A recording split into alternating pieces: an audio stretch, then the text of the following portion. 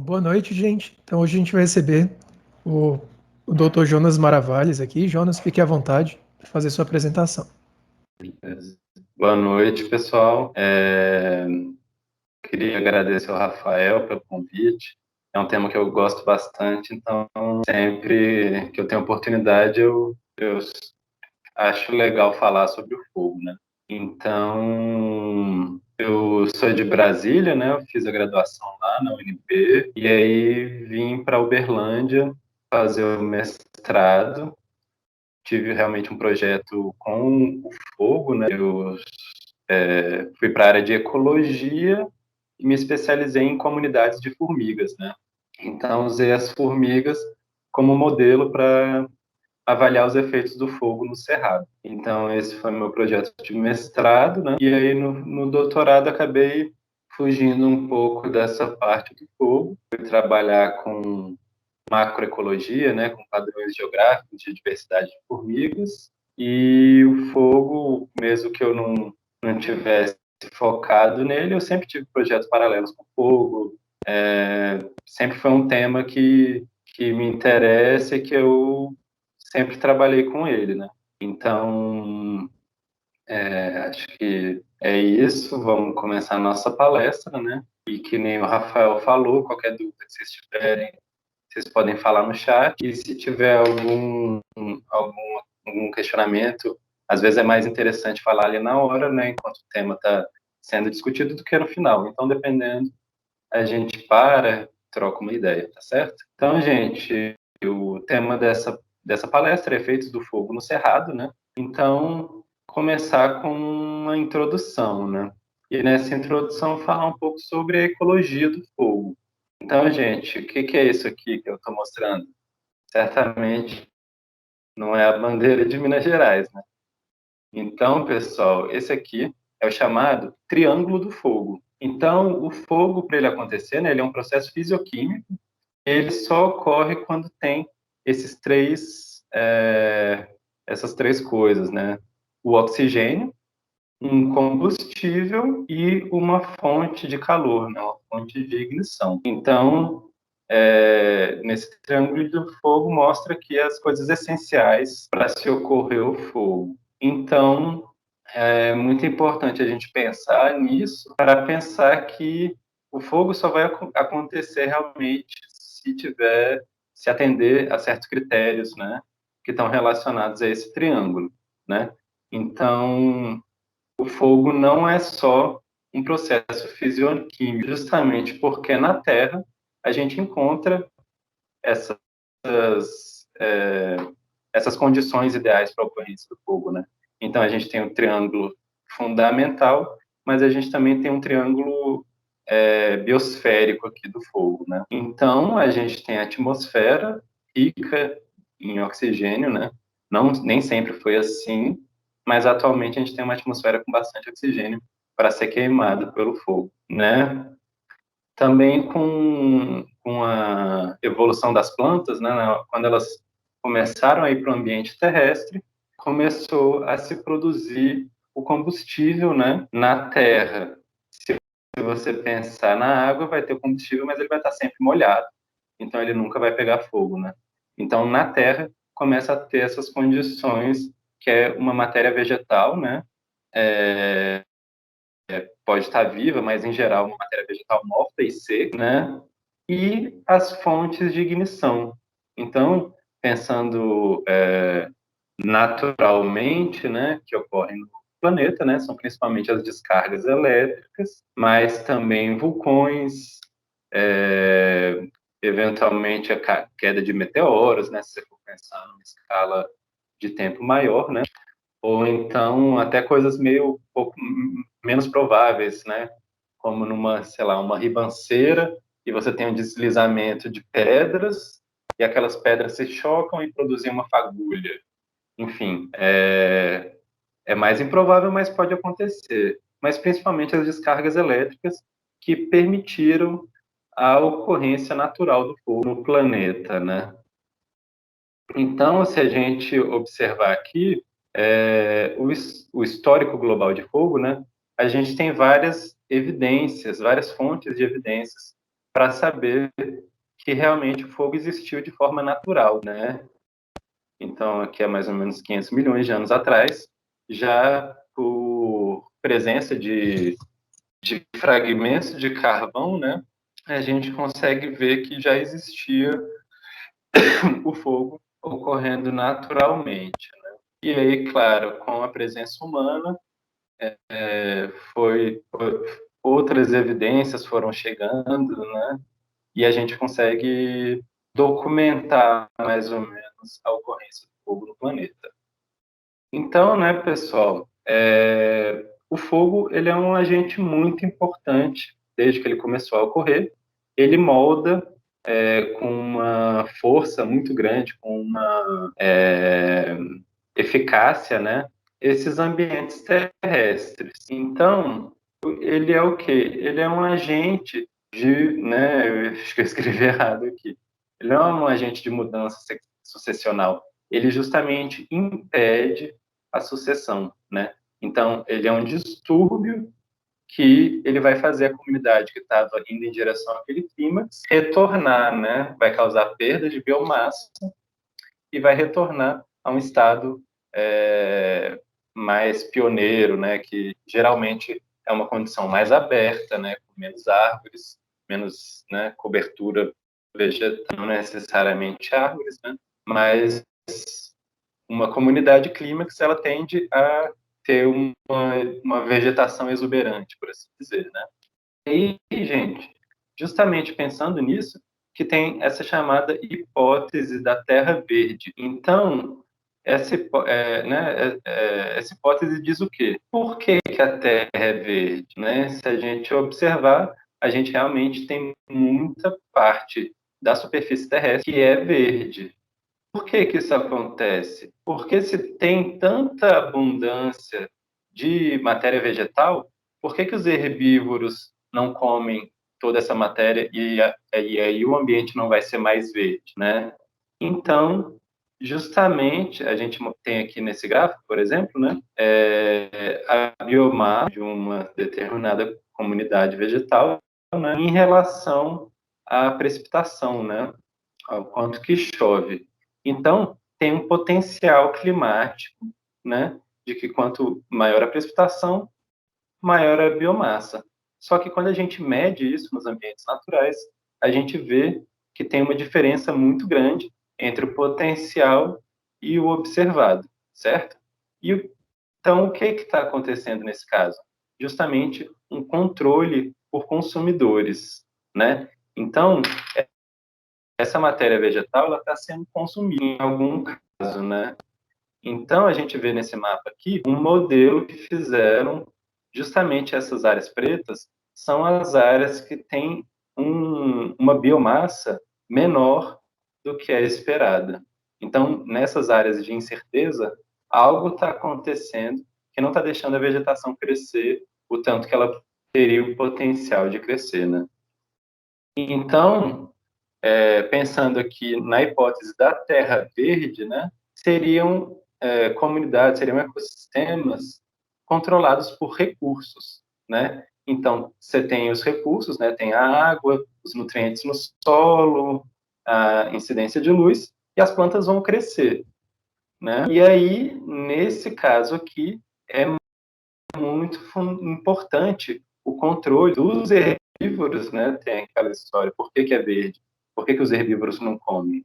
Justamente porque tem predadores, né, que fazem esse controle populacional dos herbívoros. Então, essa hipótese da terra verde, ela é muitas vezes levantada para demonstrar a importância desses predadores de topo, né?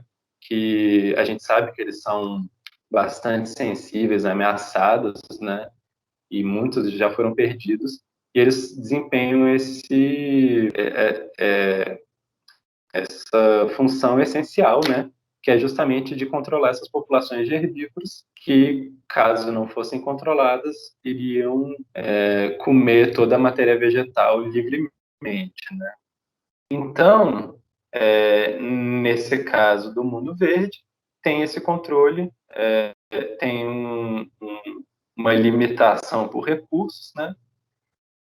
E os predadores vão controlar os herbívoros. gente tem também o mundo marrom, em que, na realidade, de fato, os herbívoros conseguem fugir, escapar desses predadores, não tem um controle tão eficaz, os herbívoros conseguem reduzir essa exuberância das plantas, né?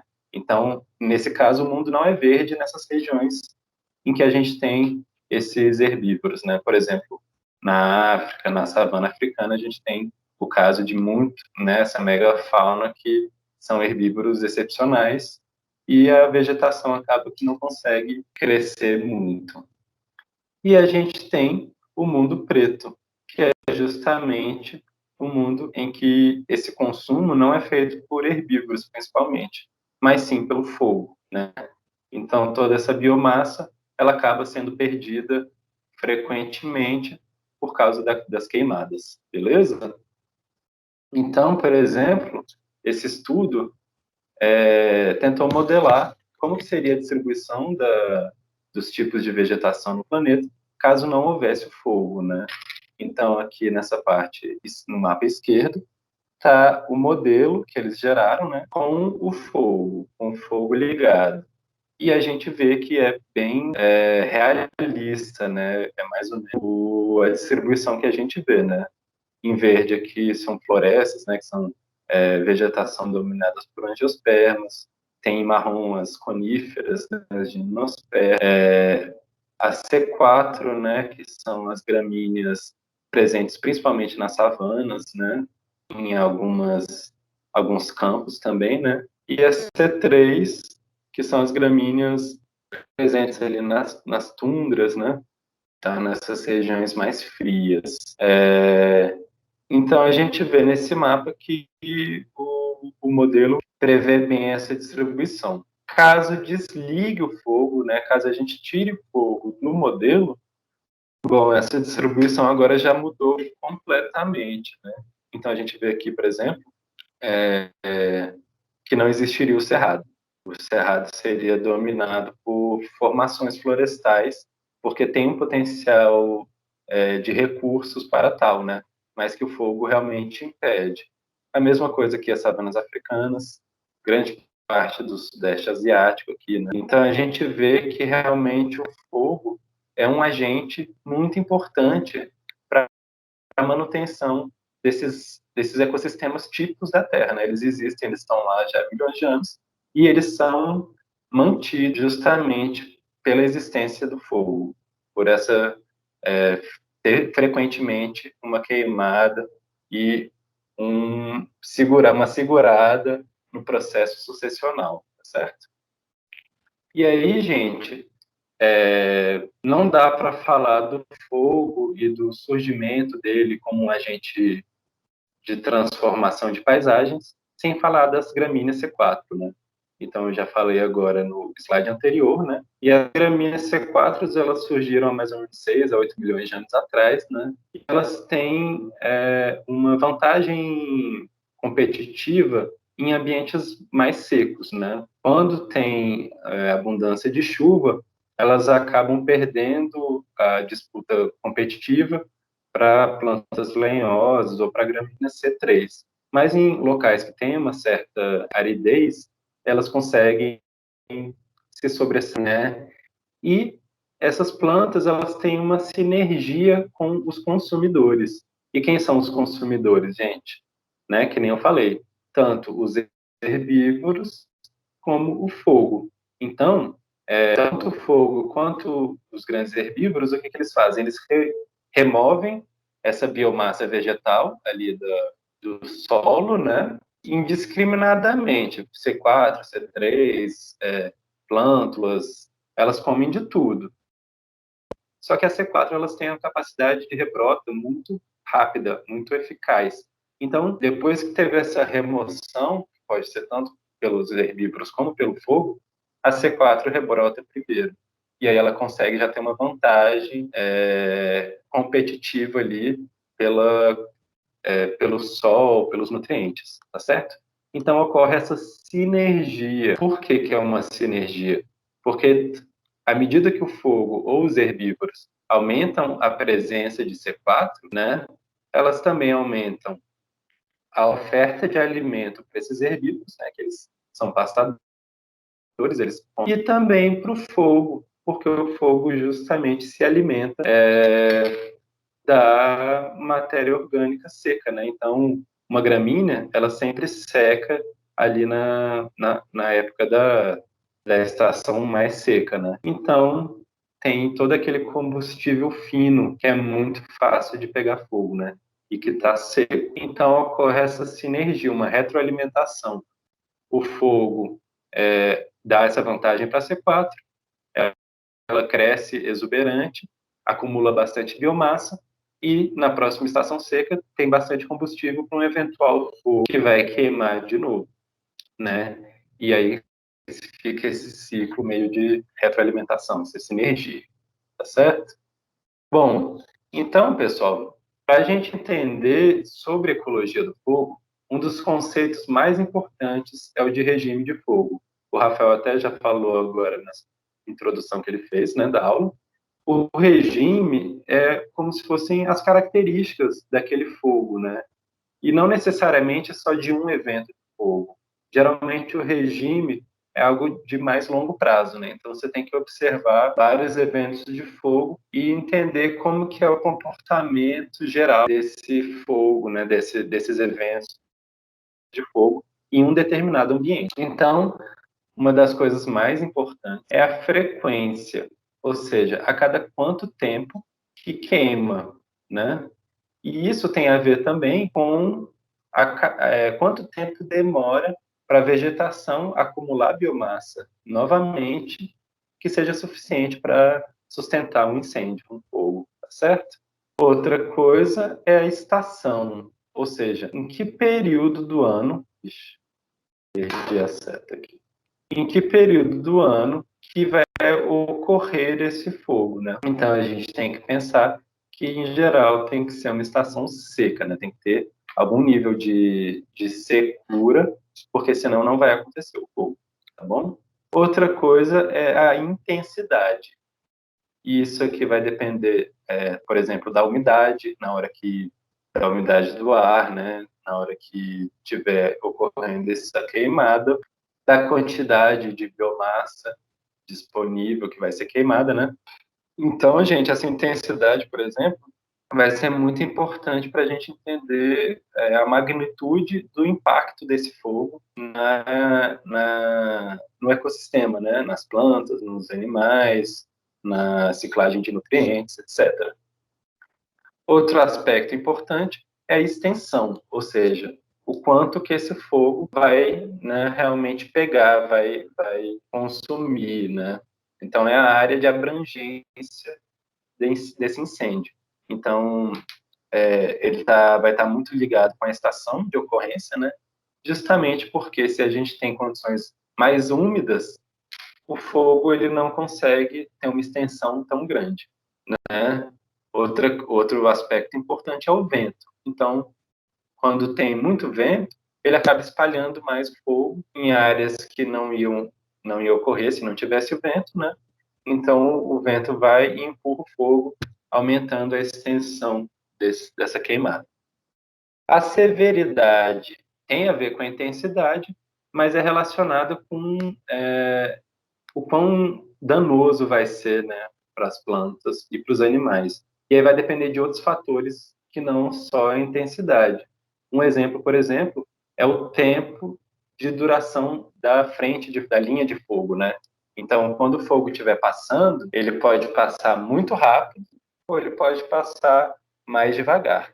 Quando ele passa mais devagar, o que acontece? Dá mais aquele calor ali, cozinhando as plantas e esquentando o solo, por exemplo, né? Então, a velocidade do fogo, junto com a intensidade, vão determinar o quão severo que ele vai ser para o ecossistema, né? E, por fim, seria o tipo de fogo, né? Então, a gente tem diferentes tipos. Por exemplo, o fogo do cerrado é um fogo superficial, né, rasteiro.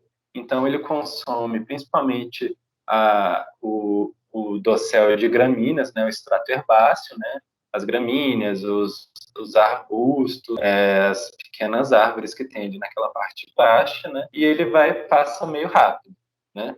A gente tem também, por exemplo, o fogo de dossel, que é, por exemplo, o que acontece nas florestas boreais, né? Que tem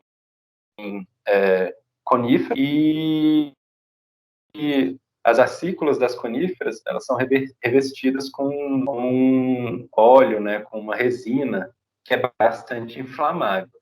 Então, muitos dos incêndios nessas florestas, eles não são no solo, eles são justamente no dossel. Vai pegando de uma árvore para outra e vai queimando ali por cima. E o terceiro tipo seria o fogo subterrâneo, né? Então, muitos ambientes, pode ser também, por exemplo, nas florestas de conífera ou nas tundras, a gente tem um acúmulo de biomassa morta no subsolo.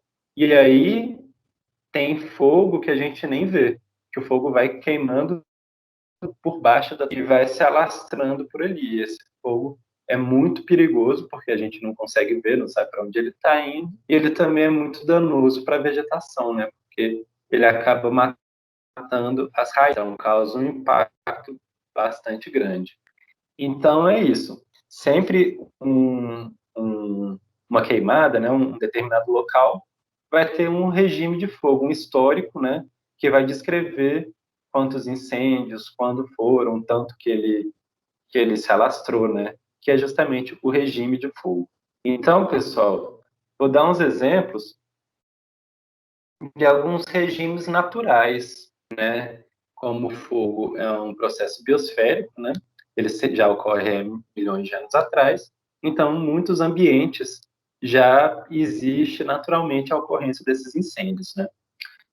Então, esse trabalho ele modelou, ele fez uma análise de agrupamento de acordo com diferentes categorias de regime de fogo e conseguiu agrupar, né, os tipos de vegetação de acordo com esses regimes meio gerais, né, de fogo. Então, por exemplo, tanto as florestas boreais, né, como as florestas equatoriais, as tropicais, têm incêndios de baixa frequência, certo? Ou seja, eles ocorrem num intervalo maior de tempo. Então, demora para, entre um evento de fogo e outro, demora um tempo grande até acumular biomassa, ou no caso, por exemplo, das florestas equatoriais, ocorrer uma coincidência de fatores para ocorrer aquele incêndio, né? Então, essas florestas são muito úmidas, então realmente tem que ter um evento de secura muito forte, isso pensando naturalmente, né, gente? A gente ainda não entrou na parte em que o ser humano cria essas condições de ocorrer esses incêndios, né? Então, naturalmente, pode ocorrer incêndios nessas florestas, mas é muito uma frequência muito baixa. E os dois têm em comum a questão da grande extensão, certo? Então, quando pega, tem baixa frequência, mas quando pega fogo, aí realmente são grandes incêndios que se estendem muito. Então, a gente já viu nas florestas boreais e, infelizmente, aqui na Amazônia, principalmente ano retrasado, né? Ou foi ano passado. Agora já nem sei mais. Essa pandemia tirou totalmente nossa noção de passagem de tempo. Mas, enfim. Então, seguindo aí, né, pessoal, a gente tem, por exemplo, o regime de fogo típico de regiões áridas. E o que vai acontecer? Vai ter uma frequência moderada e uma estação longa. Então, tem muito tempo, muitos meses ao longo do ano, em que é propício à ocorrência dos incêndios. Então, por que a frequência é moderada? Aí a gente tem que lembrar, pessoal, de novo, do nosso triângulo do fogo, né? Então, a atmosfera está ok, está garantido o oxigênio, né, para esse fogo ocorrer. E aí a gente tem o combustível, né, a matéria vegetal. Então, uma das características dessas regiões áridas é justamente que as plantas não crescem com muita eficácia, né? Não tem umidade suficiente para sustentar aquele crescimento exuberante e aquele acúmulo muito grande de biomassa. Então, demora mais tempo para a biomassa ir acumulando no ambiente para ser propício para realmente que um fogo comece e se espalhe, tá certo? Então, por isso que a frequência nesses ambientes áridos não é muito alta. E a estação longa, né? Que é justamente você tem esse período seco muito grande, né? Em que a matéria vegetal, se ela existe, ela está seca e propícia para queimar. Mas aí também a gente entra em outra questão, né? Na fonte de ignição. Então, a grande fonte de ignição dos incêndios naturais são as descargas elétricas, né? E geralmente elas ocorrem quando tem nuvens passando ali, quando está na estação chuvosa, né? Então, nessas regiões áridas não tem muito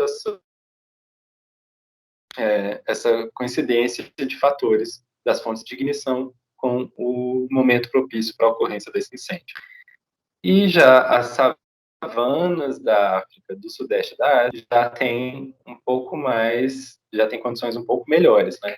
Por quê? Justamente porque tem um crescimento maior, um acúmulo maior de biomassa, e aí a gente vai ter, nesse caso, as transições entre a estação seca e a chuvosa, em que ocorre as descargas elétricas. Então, vai ter alta densidade. Então, vão ocorrer vários incêndios durante o período ali na estação do fogo, né, digamos. E agora, nas regiões temperadas ali, mais ou menos de clima mediterrâneo, também partes aqui do sudeste da Ásia, da Oceania e no nosso bom e velho Cerrado, a gente tem uma frequência moderada de incêndios e uma estação marcada, porque todas essas regiões são caracterizadas por uma estação seca muito marcada, certo? Então, vai ser justamente nessa estação seca em que vai ocorrer esses incêndios, né? Novamente, a gente tem a questão das fontes de ignição, né? Mas, como eu disse, na transição entre a seca e a chuva, tanto no final da estação chuvosa, quando às vezes já teve vários dias de dias sem chuva, a vegetação seca, e aí vem uma chuva com trovões, com raios, né? E aí realmente um raio desse pode atingir uma área e iniciar um fogo. E a mesma coisa no final da estação seca, aí realmente já tem uma condição bem mais de matéria vegetal bem seca, e se ocorrer algum raio, mesmo que venha uma chuva depois, já pode também ter início esse fogo, tá certo? Então, esses são uns exemplos de tipos de regime de fogo que a gente pode encontrar no planeta.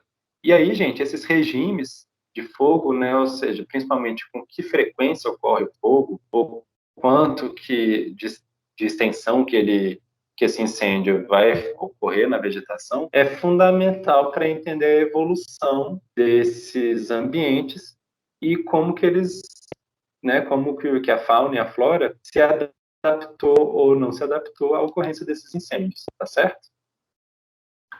Então a gente volta agora para o nosso triângulo do fogo, né? Então esse é o triângulo fundamental do fogo, né? E como eu já falei, existe o triângulo biosférico, né? Do fogo biosférico, né? Com a atmosfera, a matéria vegetal e as fontes de ignição. Mas aí, gente, aconteceu alguma coisa. O que será que aconteceu no nosso planeta que alterou profundamente esses processos, né, gente? É óbvio, né? A nossa existência. Então, surgiu o ser humano, que a gente, né, não é coisa pouca, a gente afetou muito a dinâmica de fogo no planeta, né? Então, a primeira coisa foi a domesticação. Então, desde lá do período pré, o homem já domesticou o fogo. O que ele afetou? Ele trouxe uma fonte de ignição que está presente no ambiente praticamente a qualquer momento, durante a estação do ano, né? Então, a simples existência do homem com fogo já aumentou em muito a ocorrência de incêndios nos ambientes terrestres, tá certo? Por consequência, o aumento dessa frequência de fogo, a gente afetou também as condições microclimáticas, né? A gente também alterou o tipo de vegetação. Então, a gente começou a bagunçar o triângulo biosférico aqui e começou a ter um triângulo de um fogo antrópico, certo? E aí, além disso, a gente domesticou plantas e animais, né? E aí a gente tem a importância das estações aqui, né? As plantas e animais domesticados, eles têm ciclos de vida, né? Então também esses ciclos afetaram o modo como o ser humano modifica o ambiente, né? Então, por exemplo, ele pode usar o fogo para rebrotar o pasto, que ele vai botar o gado dele lá. Ou então para limpar uma área que ele vai plantar. Então, a domesticação dessas plantas e a possibilidade de usar o fogo, né, afetaram novamente de uma escala muito grande os regimes de fogo no planeta, tá certo? Então, a gente tem aqui, por exemplo, um regime pré-industrial, em que as populações ainda têm baixa densidade, certo? Mas mesmo assim já começou a profundamente afetar a ocorrência de fogo, né? Então, o surgimento da agricultura e a pecuária, a possibilidade de alterar o habitat, tá? As alterações microclimáticas, tanto causadas pelo fogo, né, como por outros fatores, e aí, isso tudo é, né, manejado pelo homem utilizando o fogo. Então, a gente tem aqui esse trabalho que listou as razões, né, para que os índios Craô utilizavam o fogo, né?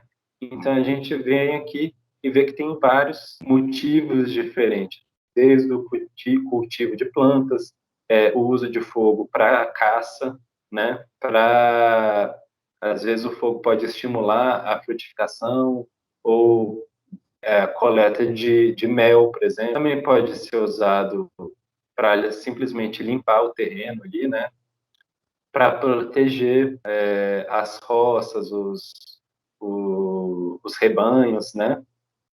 Para promover o crescimento do pasto, né? E alimentar o rebanho ou outras coisas, né? Eliminar pestes, ou proteger o local onde eles estão de eventuais ameaças aqui, né?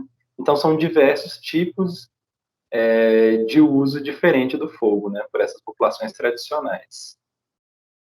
Né? Ainda falando do regime pré-industrial, né? A gente vê aqui nesse trabalho, por exemplo, aqui a gente vê no eixo X a idade, né? Quantos mil anos antes de Cristo. E a gente vê aqui a concentração de partículas de carvão, né? Então, são sondas que a gente coloca na terra ou no fundo de um lago e a gente tira várias camadas de solo que estão ali há milhares de anos e analisa cada camada independentemente e vai medindo a ocorrência dessas partículas de carvão, né?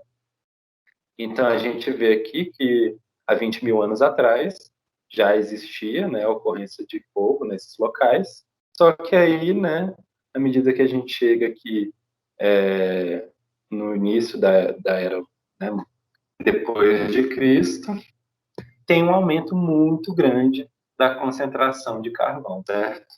Aumenta não só a amplitude aqui, né, de variação, como a gente vê que tem uma tendência de crescimento da concentração de partículas de carvão nesses locais. Então, indicando que já desde muito cedo, realmente, o homem aumentou em muito a ocorrência de incêndios no planeta. E aí a gente chega finalmente, né, na nossa modernidade, no regime pós-industrial de fogo, né? Então, a gente tem, por exemplo, as mudanças climáticas, né, que também vão alterar profundamente, já estão alterando, né, e vão continuar alterando profundamente o regime de fogo, né, a modificação do combustível, né, e isso aqui é principalmente pela invasão de gramíneas exóticas, que é um problema muito, muito grande em diversos ambientes, né, e um aumento também muito grande das fontes de ignição, né? Além disso, a gente pode ver aqui que nesse triângulo ele fala sobre a supressão de fogo, né? Então, o ser humano ele não afeta só aumentando, não afeta só o regime de fogo, intensificando, aumentando a frequência. Ele também pode afetar suprimindo o fogo. E aí isso vai ter consequências muito importantes que a gente vai ver mais para frente, né? Então, tá. A gente pode ver aqui, por exemplo, uma coisa bem visual sobre o efeito da modernidade, né? De como o ser humano está no planeta na atualidade e como que isso afetou a ocorrência de fogo, né? Então, a gente tem aqui vários mapas, né, que mostram esses pontinhos em vermelho, a ocorrência de fogo. Então, a gente pode ver em alguns locais aqui, por exemplo, na fronteira entre Angola, República do Congo e Zâmbia, que não faz muita diferença geográfica aqui, né, na ocorrência de fogo. O fogo ocorre mais ou menos igual. Mas a gente vê aqui, por exemplo, entre a Índia e o Paquistão, que nessa província tem uma ocorrência muito maior de incêndios do que outros locais, né? A mesma coisa aqui, por exemplo, entre a Rússia e a China, né? Que é claramente uma diferença provocada por diferenças geográficas, né? Então, por quê? Pode ser relativo à densidade populacional desses locais, pode ser relativo a políticas públicas de manejo de fogo, né? Ou até culturais, né? Às vezes um local tem muitas populações que usam tradicionalmente o fogo, né? Ou tipos de agricultura que dependem do fogo, né? Em outros não. Então, isso aqui é para ver a dimensão da influência humana no fogo, no mesmo local, a mesma vegetação, como uma simples fronteira entre países pode afetar muito a ocorrência de fogo, certo? E aí, gente, a gente agora finalmente chega no nosso cerrado, né? Então, tanto eu aqui em Uberlândia estão dentro do bioma cerrado, né? Essa região nossa, ela é uma região de transição entre o cerrado e a Mata Atlântica, né? Mas a gente acaba considerando que é cerrado pelas definições oficiais do IBGE. Mas a gente realmente está numa região em que tem um mosaico de vegetações, tanto de cerrado como de mata estacional semidecídua, né, a chamada mata seca. Então a gente pode ver aqui no cerrado, né, esse aqui pensando no cerrado mesmo, né, ele já é por si um mosaico de fisionomias, né. Então a gente tem desde formações campestres, que é onde ocorre o afloramento rochoso, né. Então temos campos sujos e limpos, campo rupestre, nessas partes mais rochosas, o cerrado, que já é mais lenhoso, né, tem mais presença de árvores, também pode ser rupestre, como pode ser não rupestre, né? O cerrado de senso estricto, um cerrado mais denso, um cerrado mais ralo. As veredas, né, que estão relacionadas a um ambiente com solo encharcado, né, e a gente entra nas formações florestais, o cerradão e as matas, a mata seca, a mata ciliar e a mata de galeria, certo?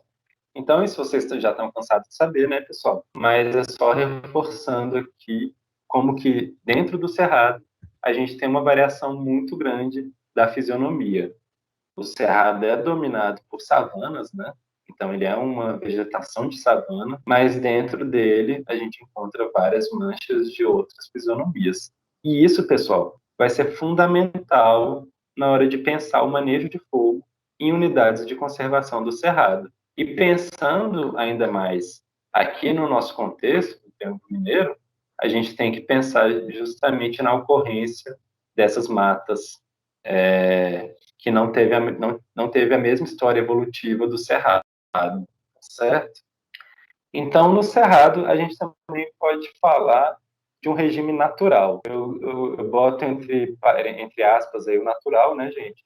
Porque o ser humano também é parte da natureza e por mais que a gente ache que não, que a gente é diferente, a gente é da natureza e não acho que seja um termo falar que é natural quando não tem o nosso dedo, não é muito interessante, né? Então, seria um regime não antrópico do fogo no cerrado. Então, a gente pode ver aqui, eles usam essa aqui, a mesma técnica que eu falei, de colocar essa sonda, né, acho que aqui é uma vereda, né, e a gente consegue ver, analisando as diferentes camadas, como que foi a história daquele local, né. Então, a gente tem aqui à esquerda a concentração de partículas de carvão desde 32 mil anos atrás até o presente, tá certo? E vendo, então, como que variou ao longo desses anos, né, desses milênios, a concentração de carvão e, consequentemente, né, não necessariamente por causa do fogo, mas justamente por causa dos mesmos fatores climáticos que estavam acontecendo durante esse período, né, gente? Então, esse período aqui, a gente estava tendo ciclos glaciais, né, e interglaciais. Então, uma variação climática muito grande, que a gente teve períodos mais frios e secos, alternado com períodos mais quentes e úmidos. Então, isso afetou tanto a ocorrência de incêndios como a composição da paisagem, né? Então, pessoal, eles não veem só as partículas de carvão. Os pesquisadores podem olhar também o pólen, né? O pólen fossilizado ali nessas camadas, né? E ver qual que é a origem desse pólen, ou seja, se veio de plantas típicas de vereda, como está em preto aqui, de plantas de cerradão, ou plantas de cerrado, asteráceas e arbustos, ou gramíneas, né? Então, a gente consegue ver que, junto com essa variação climática ao longo desses milênios, a gente teve grande variação na ocorrência do tipo de vegetação, e isso afetou a ocorrência de incêndios. Tanto o clima, né, ter ficado mais seco, propicia maior ocorrência de incêndios, né, como o tipo de vegetação, né? Por outro lado, às vezes a gente tem um período frio, e seco, né, mas que não ocorreu muitos incêndios, né, que nem, por exemplo, essa faixa aqui. E o que pode ter acontecido? Justamente não ter um acúmulo de biomassa vegetal suficiente para sustentar uma frequência grande de incêndios nessa região, tá certo? E aí, gente, vou falar agora sobre dois aspectos que são talvez os mais importantes em relação ao regime, né, de fogo, que é a frequência e a estação de queima, né? Então, no Cerrado, atualmente é até um pouco difícil de estimar qual seria o regime natural de queima do Cerrado, né? Com que frequência o Cerrado queima naturalmente? Então, é uma pergunta importante se a gente quer, por exemplo, ter uma reserva e a gente vai implementar um manejo de fogo nessa reserva, né? Então, a gente quer, às vezes, manter as condições mais naturais possíveis, né? Mas como que é esse regime natural, esse regime não antrópico, né? Aí a gente tem alguns exemplos aqui de estudos, por exemplo, no Parque Nacional de Emas, né? E a gente vê nesse mapa, em um período de 4 anos, que eles monitoraram a ocorrência de incêndios, e as áreas, né? Teve essa pequena área que queimou 3 vezes nesse período de 4 anos, e em cinza escuro queimaram 2 vezes, e em cinza claro queimou uma vez, enquanto que em branco não queimou nenhuma vez no período de 4 anos. Uma coisa interessante desse estudo, né, é que ele também diferenciou os incêndios induzidos pelo homem e os incêndios naturais, sendo que todos os incêndios naturais aqui no Parque de Ems, né, foram por causa de descargas elétricas, né? E aí a gente vê que realmente no auge da estação seca, que junho, julho, agosto, não ocorre fogo natural, ocorre só fogo antrópico, né? Ou teve esse aqui também no veranico, né? Esse período é um período que a gente tem realmente um momento mais seco, né? Embora esteja na estação chuvosa, tem vários dias que não chovem seguidos e muitos donos de terra utilizam para usar o manejo de fogo, né? De queimar para rebrotar o pasto, para limpar áreas, etc., né? Mas a gente pode ver aqui que a grande maioria dos incêndios que ocorreram em Emas nesse período foram realmente por descargas elétricas e não queimou na estação seca. A gente vê aqui, né, abril não teve nenhum, mas maio tiveram alguns incêndios naturais, mas em geral ocorrem em setembro, né, que já é o final da estação seca, início da chuvosa, e aqui em fevereiro, que também é um período bastante chuvoso, fevereiro e março, tá certo? Então, gente, qual que seria o regime natural de fogo no Cerrado? Seria, né? Eu ainda não falei aqui do jalapão, né? Tô adiantando. O jalapão é a mesma coisa que medindo a frequência, só que num período maior, de 11 anos, né? Então, a gente tem poucas áreas que não queimaram nenhuma vez, algumas áreas que queimaram de 1 a 2 vezes nesse período, e a maioria queimou de 3 a 6 vezes no período de 11 anos, tá certo? Então, esse mais ou menos seria uma frequência natural de queimada no cerrado, tá bom? Ixi, agora eu acho que eu me perdi o que eu ia falar ali. Sim, do regime natural, né? Então, pessoal, pensando naturalmente, no cerrado, realmente só vai ocorrer o fogo quando tiver uma descarga elétrica. E a gente sabe muito bem que nesse período agora não cai descarga elétrica nenhuma. E, por outro lado, atualmente, a seca é o período em que mais queima no cerrado, que o cerrado mais pega fogo. Então, a gente sabe que não é natural durante esse período. O fogo na estação seca é antrópico, tá certo? É causado pelo homem. E aí é o outro aspecto que eu falei, né? É justamente a época de queima. Então, a gente tem aqui nessa figura, numa mesma vegetação, né? Eu não sei direito, mas esse trabalho fez esse estudo nesses 3 parques aqui. Eu não sei qual que foto corresponde a qual, mas eles têm uma vegetação semelhante, né? São ali entre o Maranhão, Piauí, o Maranhão e Tocantins, né? E a gente vê aqui que uma queimada que ocorreu no início da estação seca, né, ela aparenta ser bem menos intensa, bem menos severa do que no final da estação seca, tá certo? E aí, gente, isso aqui é um aspecto muito interessante do período de queima, né, da estação, do momento na estação em que ocorre o fogo. E por quê? A gente aí tem que pensar nas plantas, certo? Então, o que acontece quando vai começar a chover aqui no Cerrado, né? Muitas espécies de planta do Cerrado são brevidecíduas, né? Elas têm as folhas e elas soltam as folhas bem no final da estação seca e descarta as folhas e começa a colocar folhas novas, né? Para já aproveitar as primeiras chuvas para fazer fotossíntese, né? E aí o que acontece se ocorre uma queimada no final da estação seca? Todo aquele investimento da planta que ela fez em crescer folhas novas vai ser perdido. Então, mesmo que a planta não morra por causa daquele fogo, ela vai ter vai ter um custo elevado para aquela planta, para aquele indivíduo, justamente porque ela perdeu o investimento que ela tinha feito em folha nova, tá certo? Por outro lado, no início da estação seca, né, aquelas folhas que são queimadas provavelmente já seriam descartadas em seguida, né? Então não tem esse custo tão grande para as plantas. E aí, como eu já falei também, tem a questão da umidade do ambiente, né?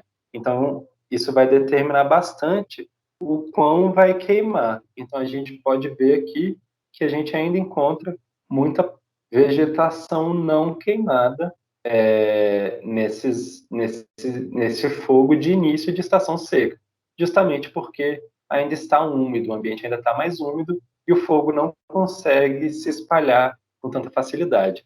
Já no fim da estação seca, a gente sabe muito bem que é esturricante, né, gente? Então, qualquer foguinho que pega vai se alastrar de uma maneira descontrolada e vai queimar homogeneamente tudo que vê pela frente, tá certo? Então, pessoal, agora a gente vai falar um pouco sobre os efeitos do fogo, tá bom? Então, uma das coisas que a gente precisa pensar, em primeiro lugar, é que ele pode ser de duas formas distintas. Ele pode ser um efeito direto ou um efeito indireto, né? Então, o efeito direto é esse mais óbvio que a gente pensa. A destruição da biomassa vegetal, por exemplo, ou a morte de um indivíduo animal, né? Então, isso vem das ações físicas da chama, né, de queimar, que vai causar ou uma mortalidade ou um dano grande a essas plantas e animais, tá certo? Por outro lado, a gente tem os efeitos indiretos, que são das condições pós-fogo, depois da passagem do fogo. E aí vai ser principalmente por causa das modificações de hábitat e do regime de fogo, certo? Então, entender os efeitos indiretos muitas vezes é até mais importante do que entender o efeito direto. Por quê? Porque, pensando numa questão de manejo, o que a gente precisa pensar é num regime de fogo adequado para aquele local, certo? E aí esse regime de fogo vai ser um fogo que vai ser colocado, que vai ser manejado no longo prazo, né? Então, esse uso no longo prazo desse regime vai determinar a vegetação que vai ocorrer nesse local. E aí, né, esse tipo de vegetação, essas condições ambientais vão afetar também quem está ali naquele ambiente, os animais, né, e até as outras plantas também vão ser afetadas por essas condições indiretas causadas pelo fogo, né, causadas justamente pelo regime de fogo que está sendo aplicado ali. E a gente também pode pensar, né, como efeito indireto, né, por exemplo, cascatas tróficas e também efeitos nas interações específicas. Por quê? Porque se um fogo causa uma mortalidade grande da população de uma espécie, por exemplo, né, essa espécie pode ser o predador ou pode ser a presa de outras espécies, né? E essas outras espécies, mesmo que não tenham sido diretamente afetadas pelo fogo, vão ser afetadas indiretamente, porque as espécies com que elas interagiam se perdeu, foi extinta ou foi muito afetada, a população ficou muito baixa, tá certo? Então, falar um pouco sobre os efeitos na flora, né? Então, os efeitos diretos da passagem de fogo, né? É óbvio, né, gente? Se queimou ou não queimou a planta, tá? Então, a gente tem a queima total ou parcial das folhas, e como eu já falei, isso pode ser pouco danoso ou pode ser bastante danoso para a planta, dependendo de quando que está sendo queimado, tá bom?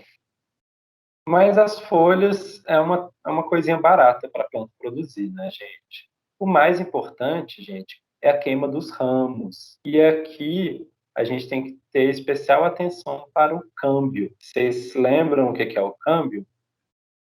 Então, pessoal, eu não consigo ver se vocês responderam ou não. Mas o câmbio é esse tecido que está aqui, e ele fica justamente entre o floema e o xilema. Então, o câmbio nada mais é do que a parte que a planta está crescendo.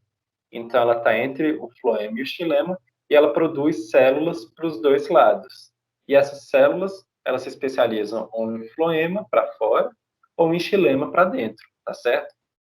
Então, o câmbio é a parte viva do caule. A planta só consegue crescer se ela tiver com um câmbio saudável, ok. Então, pessoal, pensando do efeito do fogo para uma planta, o mais importante é se o câmbio vai ser afetado ou não. Então, se ele passar de temperaturas de acho que uns 60 graus Celsius, ele morre. E aí, se morreu o câmbio, aquele ramo inteiro já era. Beleza? E aí, por isso que muitas plantas, eu vou falar aqui, tem uma adaptação para proteger o câmbio, né? Fazer um isolamento térmico aqui. Então, a planta pode perder os ramos mais finos, por exemplo, os ramos mais terminais, né? E continuar com aquele ramo do tronco vivo, né? Isso aí já não é tão danoso para a planta assim. Ou pode ter também a morte da parte aérea, chamada top kill. E aí, nesse caso, já é bem mais danoso, né? O que é?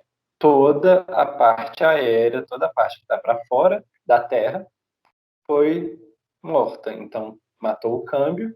Então, até o tronco ali morreu. Em muitos casos, o top kill pode ser a morte total da planta. Mas em muitas outras plantas, muitas árvores, por exemplo, tem capacidade de rebrotar, né?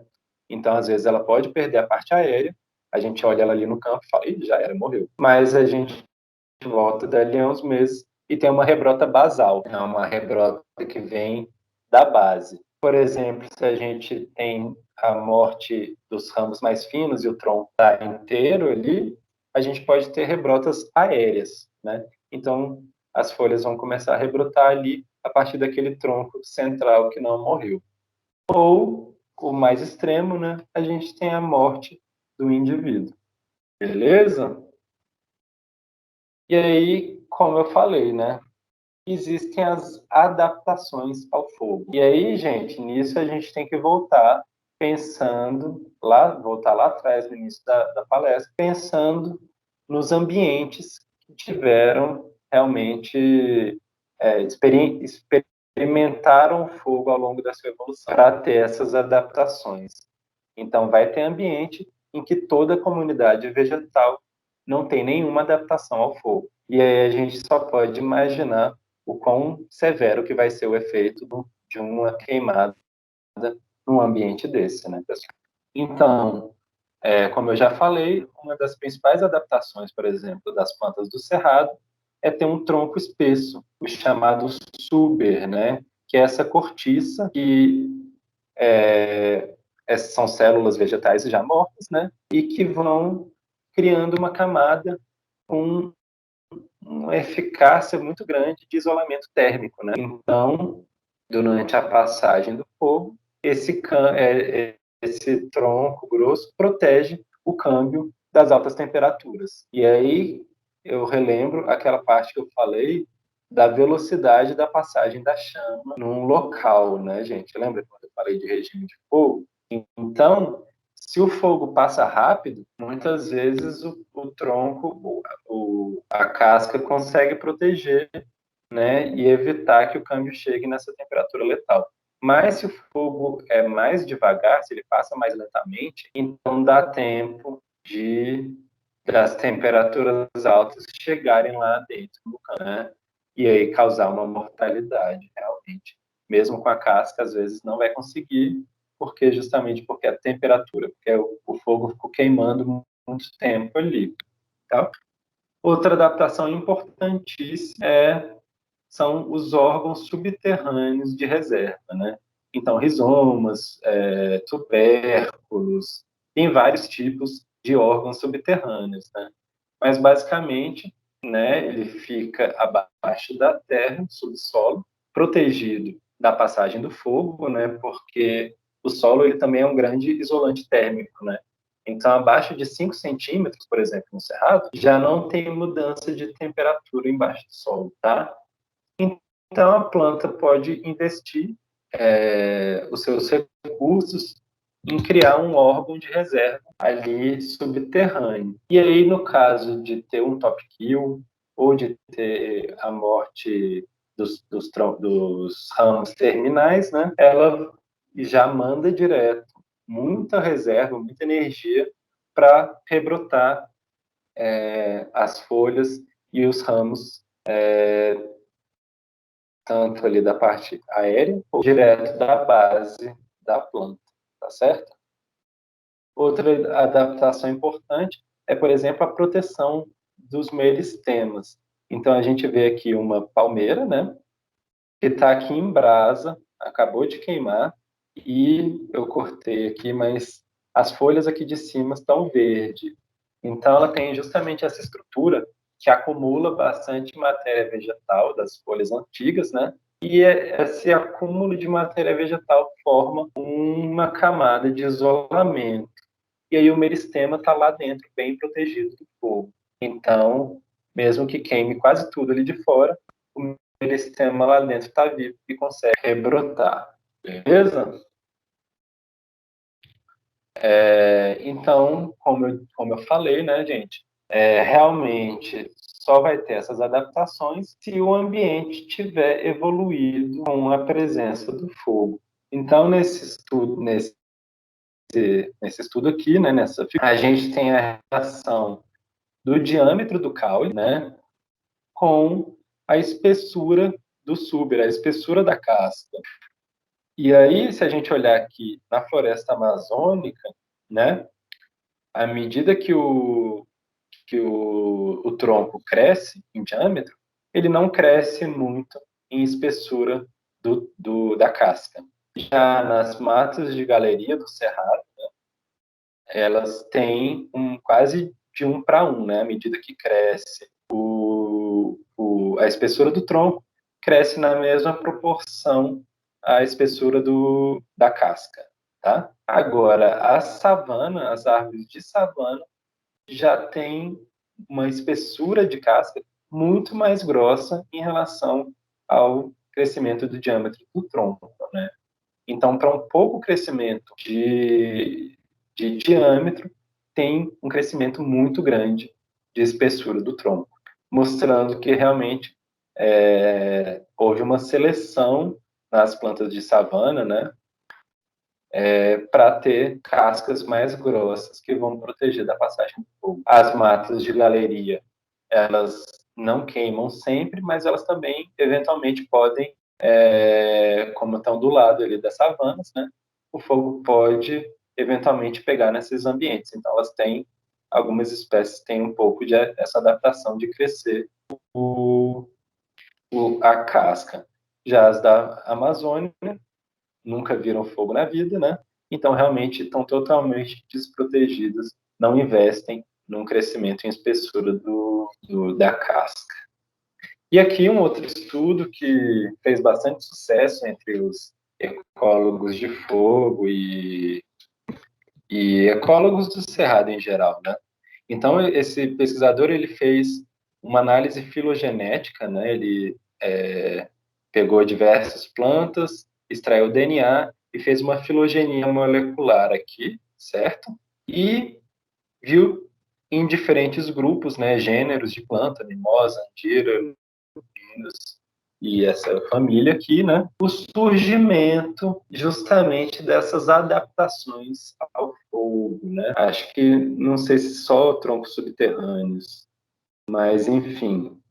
E aqui em vermelho, ele pintou justamente as linhagens, né, as espécies que têm essas adaptações. Acho que está também com esses asteriscos aqui, né? Então, em vermelho, a gente vê o surgimento de linhagens de plantas com adaptações à passagem. Essas plantas são neotropicais, tá? Então, realmente, isso aqui indica mais ou menos quando que o cerrado surgiu. Entre 10 e 5 milhões de anos atrás, a gente teve o aparecimento em diversas famílias de plantas diferentes, né?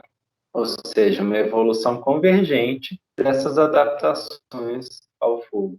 Então, mostrando que já desde muito tempo atrás, no cerrado, o fogo é um agente de mudança, um agente evolutivo muito importante aqui no Cerrado. Beleza?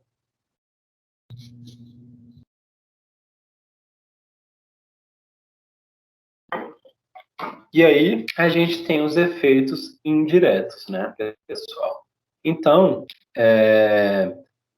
basicamente, pensando num ecossistema, né, num ambiente, como que ele vai ficar depois do fogo, o fogo é basicamente modulador da coexistência entre gramíneas e árvores. Então, como eu falei, as gramíneas têm uma rebrota muito eficaz, praticamente quando queima, as folhas já estavam secas, então elas também não estavam usando aquelas folhas para nada, né? Então, quanto mais queima, mais as gramíneas vão se beneficiar dessas condições, né? Por exemplo, o fogo também cria condições mais abertas e isso também beneficia as gramíneas. Por outro lado, a ocorrência de fogo é, em geral, danosa para as árvores, né? Mesmo com tantas adaptações, elas ainda sempre sofrem com a passagem do fogo, seja por perda de partes da planta, seja pela morte ali da parte aérea, ou então, como eu falei, pela perda do investimento que ela fez em folhas novas, tá bom?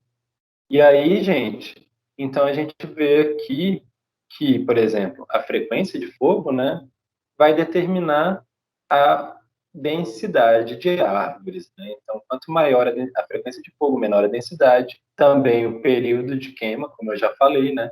Se for mais para o final da estação seca, também vai tender a ter um ambiente mais aberto. Por outro lado, se a frequência for menor, ou se a queimada se dá mais no início da estação seca, não é tão danoso para as árvores.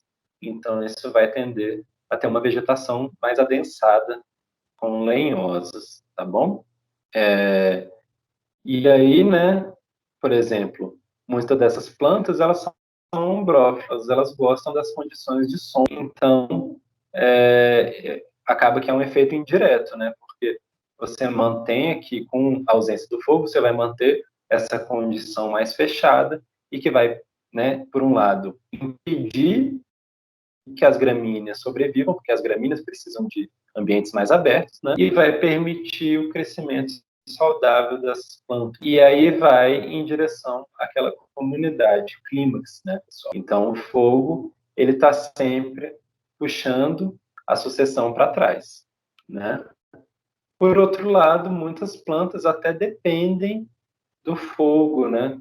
Tem documentado muitas espécies que as sementes precisam da passagem do fogo para quebrar a dormência e germinar. Também outras espécies dependem do fogo para fazer a dispersão das suas sementes, certo? Ou até induzir a floração, beleza? E aí agora a gente vai entrar na fauna, nos efeitos diretos e indiretos nos animais, tá? Então, o efeito direto, mais óbvio, é a mortalidade, certo? Então, eu trouxe como exemplo aqui o tamanduá-bandeira, que é um animal que não tem grande mobilidade, ele não é muito rápido, né? Então, ele está realmente sujeito a sofrer uma alta mortalidade durante o evento. Então, nesse estudo, por exemplo, no Parque de Ems, contou-se pelo menos 810 indivíduos que morreram num grande incêndio que teve lá. E aí, gente, né, é um incêndio que provavelmente não foi na estação natural de queimada, né? E o que que acontece? Um incêndio desse se alastra numa grande área, queima tudo de maneira homogênea, então realmente os bichos não têm para onde escapar e acabam morrendo, tá certo? Por outro lado, um efeito que não necessariamente é mortal, mas eu trouxe aqui um estudo recente do laboratório que eu fiz parte, né, aqui na Universidade Federal de Uberlândia, do professor Heraldo Vasconcelos, em que a gente estudou ao longo de vários anos, né, a comunidade de formigas arbóreas. Então, as formigas arbóreas, elas usam cavidades pré-existentes, geralmente cavadas por besouros, né, besouros brocadores, né, as larvas cavam ali um túnel e depois sai o bicho adulto. E esse túnel fica para trás, as formigas chegam, né, uma rainha pode colonizar esse buraco, começar a criar as operárias e se estabelecer ali como uma colônia, né? Então, esse estudo foi realizado na reserva do Panga, aqui em Uberlândia, né?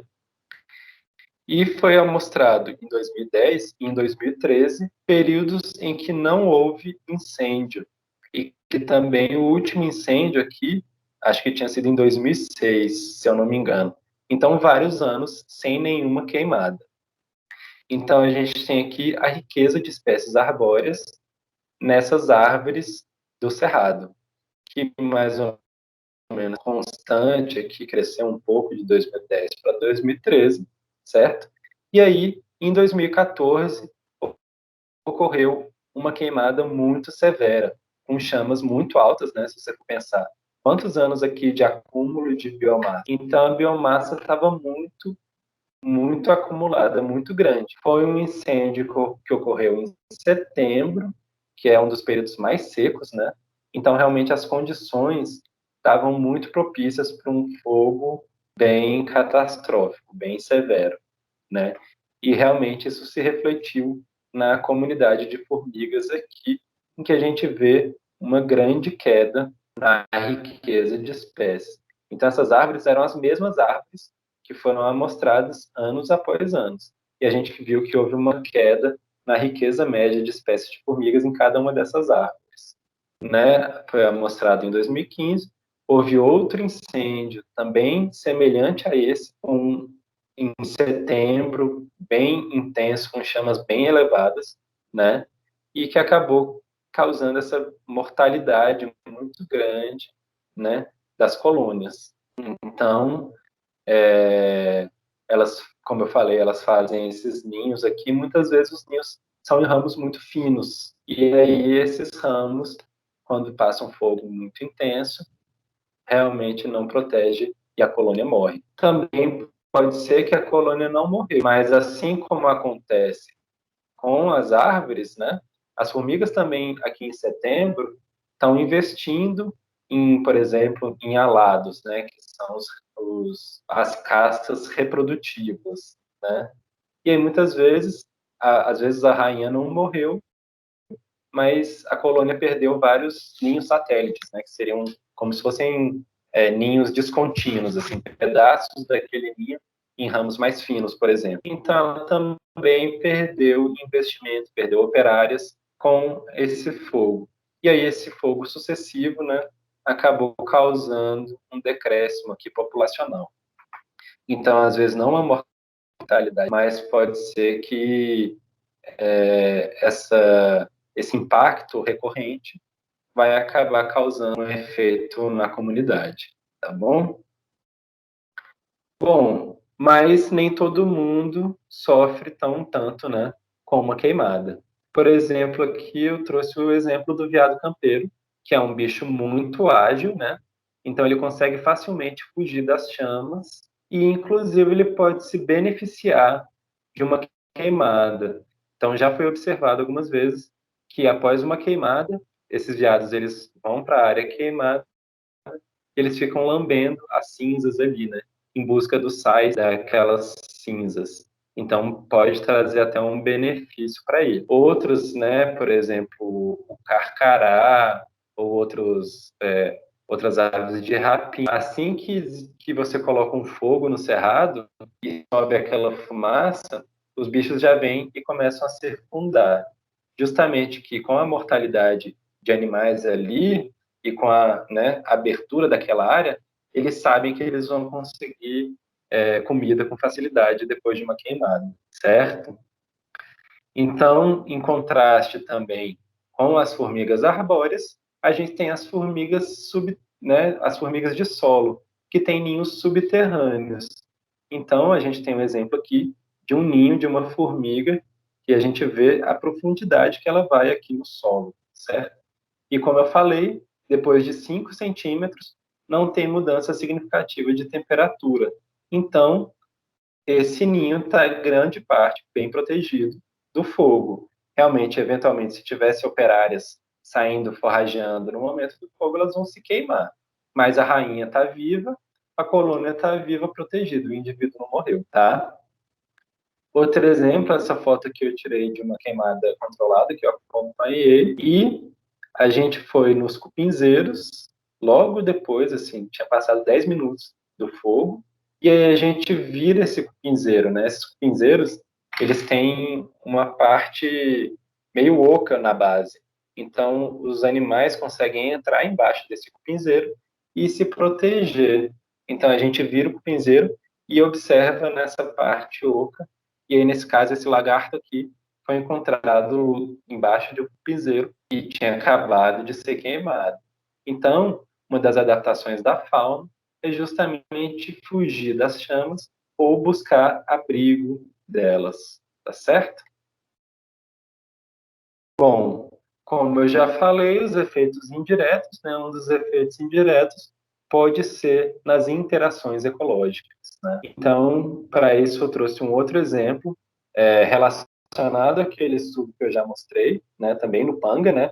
Mas esse focou no mutualismo que existe entre as formigas e o piquezeiro, Carioca brasiliense.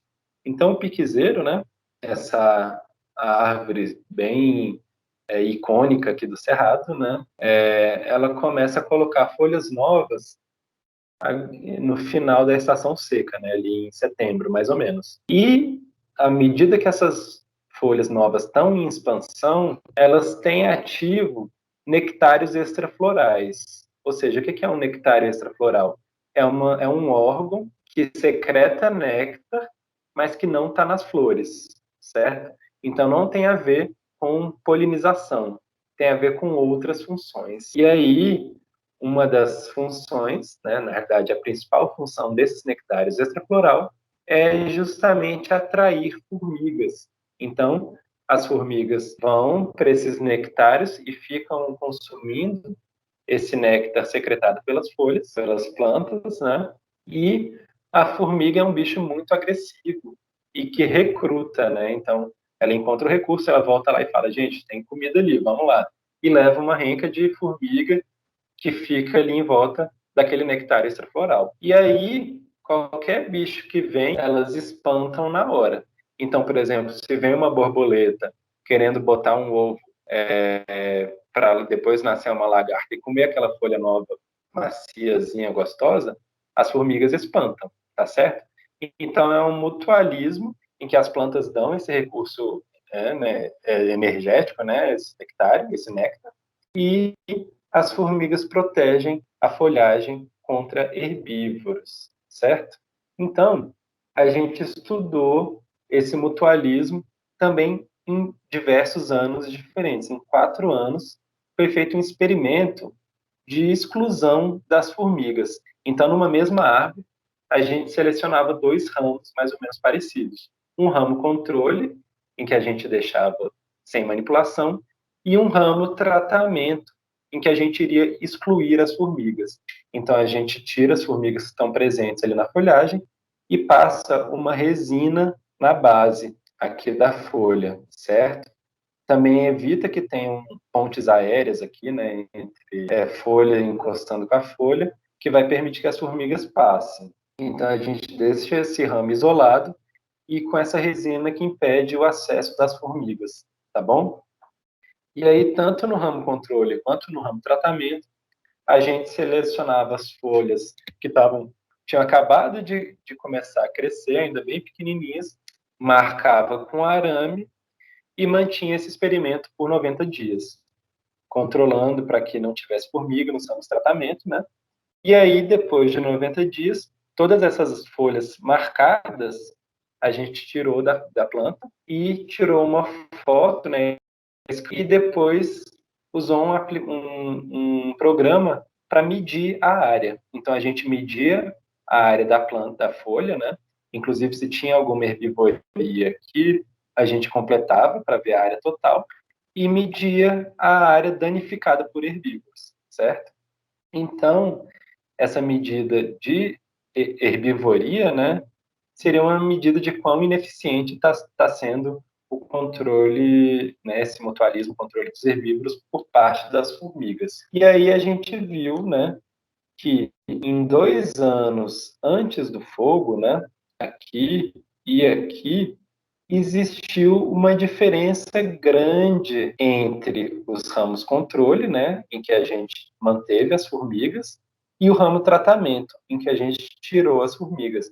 Principalmente nesse ano aqui, foi logo após uma queimada, teve meio que uma explosão de herbívoros. Então, a gente viu que a diferença ficou muito alta aqui entre o ramo tratamento e o ramo controle. Então, e aqui nesse ano que era mais típico, né, ainda assim existiu uma proteção significativa das formigas contra os herbívoros do piquezeiro. Mas, depois de um fogo, depois de um ano e depois de 2 anos, essa proteção ela praticamente não aconteceu, né? Então, não houve diferença na proteção com e sem formigas. E o que pode explicar isso aqui, gente? Justamente aquela imagem que eu mostrei anteriormente. A comunidade de formigas arbóreas nessa região, nesse local, né, ela sofreu muito com esses 2 incêndios consecutivos que tiveram. Então, as formigas simplesmente não estavam lá para proteger a planta contra os herbívoros, né? Então, isso aqui é para mostrar como indiretamente o fogo pode afetar os organismos, né? Mas uma das coisas principais para a gente se ater são justamente as mudanças no habitat, né? Então, a gente sabe muito bem que um animal, ele tem um habitat de preferência, né? Ele não ocorre em todas a variação ambiental, né? Claro, alguns são bem generalistas e se encontram em qualquer lugar, mas outros têm restrições, então eles vão ser realmente típicos de um ambiente ou de outro. Então, gente, o fogo, ao modificar o tipo de ambiente, ele vai modificar também os animais que podem ou não ocorrer naquele local. E aí, o fogo, né, é um distúrbio, né? E aí a gente vem nessa hipótese bem famosa e controversa do Connell, que é a hipótese do distúrbio intermediário. Tem a ver, gente, com a questão da sucessão, né? Então, se a gente pensar numa comunidade que foi recentemente perturbada, a gente vai ter plantas típicas, plantas pioneiras, né, típicas de ambiente aberto, mais perturbado, certo? À medida que tem a sucessão, a gente começa a ter a entrada de plantas de ambientes clímax, né, de ambientes menos perturbados. Só que, ao mesmo tempo, a gente ainda tem aquelas plantas pioneiras nesse ambiente. E depois, com a sucessão, né, com a continuação da sucessão, a gente vai ter a exclusão dessas plantas pioneiras e uma dominância das plantas clímax, né? Então, o Connell pensou, se a gente tem essa mistura de plantas típicas que se dão bem num ambiente de distúrbio frequente e outras que não se dão bem num ambiente bem, significa que se a gente tem níveis intermediários de perturbação, a gente vai ter um ambiente que comporta tanto essas espécies mais de ambiente perturbado, como de espécies de ambientes menos perturbados, e por isso a diversidade vai ser maior nesses ambientes de perturbação intermediária. Então, ele disse que uma relação entre a diversidade e o nível de perturbação vai ser uma curva normal, né? E assim, teve muitas críticas, outros estudos depois viram que, na realidade, a maioria quando se tem níveis diferentes de perturbação, não necessariamente a gente tem essa relação com a diversidade. Mas, de todo modo, isso é uma coisa muito interessante para a gente pensar justamente na heterogeneidade, né? Então, o fogo, ele é um agente que causa heterogeneidade, mas nem sempre, né? Também ele pode ser um agente homogeneizante, dependendo justamente das características da queimada. Então, esse aqui é o meu mestrado, né? Como eu falei, eu fiz com fogo. É um experimento em Brasília, que infelizmente já acabou, mas por 20 anos tiveram queimadas controladas, queimadas prescritas, né? Em que variavam a frequência, né? Sendo controle, que não queima, a cada 4 anos ou a cada 2 anos. E variou também a época de queimada, sendo ou no início da estação seca, no meio ou no fim. Então, a gente vê aqui como que isso afeta a vegetação, né, gente? Então, a área queimada é bem mais densa, tanto a área quadrienal quanto a área bienal queimada no início da estação seca, também tem uma densidade de árvores grande, e, por fim, a área queimada bienalmente no final da estação seca tem uma vegetação bem mais aberta comparado com as outras, tá? Então, eu analisei a comunidade, né, os padrões de riqueza e composição das espécies nesses ambientes. E não teve uma diferença muito grande de riqueza, né? Foi um pouco menor no tratamento, mas em relação ao tempo, à época de queimada, não variou muito, né? Tanto para as formigas de solo quanto para as formigas de vegetação. Mas a composição, gente, eu vi que mudou bastante, né, entre os diferentes tratamentos. E isso tanto para a frequência de fogo, como para a época de fogo, em menor medida, mas ainda assim com uma diferença significativa na composição, tá? E aí, gente, então entrando agora na questão dos ecossistemas, né? Como eu falei, o efeito no ecossistema vai depender principalmente se o fogo foi ou não um agente presente na evolução desse ecossistema. Então, a gente vai ter ecossistemas dependentes do fogo, né? Como o cerrado ou os pampas aqui. A gente vai ter ambientes independentes, ou seja, por exemplo, na Caatinga é um ambiente que o fogo não afeta muito. Por quê? Justamente porque a frequência não é muito grande, porque não tem um crescimento, um acúmulo de biomassa suficiente para sustentar queimadas. E a gente vai ter os ecossistemas sensíveis ao fogo, em que a existência de um fogo é bastante danosa para esses ambientes, tá certo? Então, eu já falei da sinergia, né, entre o fogo e as gramíneas, e aí isso é ainda mais importante com gramíneas exóticas invasoras, né? Então a gente tem, por exemplo, aqui o capim-gordura, e a existência do capim-gordura ou de outras gramíneas exóticas é um fator a mais para aumentar a frequência de um local, certo? De um local invadido por essas gramíneas, e vai propiciar fogo mais frequente, e o fogo mais frequente vai acabar garantindo a permanência dessa espécie exótica no local, tá bom? Por outro lado, de uma visão oposta, a gente tem a supressão do fogo, né? Então, num ambiente, por exemplo, que evoluiu com fogo, como é o caso do Cerrado, a gente tem nas unidades de conservação uma política de total supressão do fogo. E aí, o que pode acontecer? Essa supressão pode levar a uma mudança de fase, né? Ou seja, os ecossistemas são dinâmicos, né? Então, às vezes, eles vão ter momentos mais lenhosos, momentos mais graminosos, mas eles sempre conseguem voltar, né, ciclar nessa dinâmica. Mas se a gente suprime o fogo, a gente pode sair para um estado estável, que é mais adensado, ou seja, pode ocorrer com a supressão do fogo o desaparecimento das gramíneas e um adensamento lenhoso, certo? Da vegetação. E ela não consegue sair desse estado mais. O fogo não consegue entrar mais aqui para voltar para essa condição dinâmica aqui, tá certo? Então, isso pode ser um efeito justamente da supressão do fogo.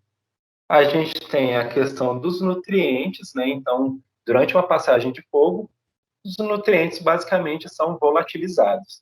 Então, a gente vê aqui nitrogênio, fósforo, potássio, cálcio, etc., que todos os nutrientes, onde tem fogo, né, obviamente, onde queimou, né, teve uma redução bem grande dos níveis de nutrientes em diferentes tipos de vegetação, né? Campo limpo, campo sujo, campo cerrado e cerrado senso-estricto. Em todos os ambientes com a passagem do fogo, esses nutrientes se volatilizaram. Mas a recuperação é relativamente rápida. Então, as plantas conseguem retornar esses nutrientes para o ambiente, tá bom? Mas a gente tem, por outro lado, a questão do carbono, que não é tão simples assim, né? Principalmente pensando nas mudanças climáticas, né? Então, a gente viu, esse estudo aqui viu a recuperação da biomassa, né, de carbono do ambiente num contexto de um único fogo, num contexto de dois incêndios bianuais, né? Depois de 2 anos teve um outro fogo, né? E a biomassa de árvores, ela, né, rapidamente recupera aqui, tanto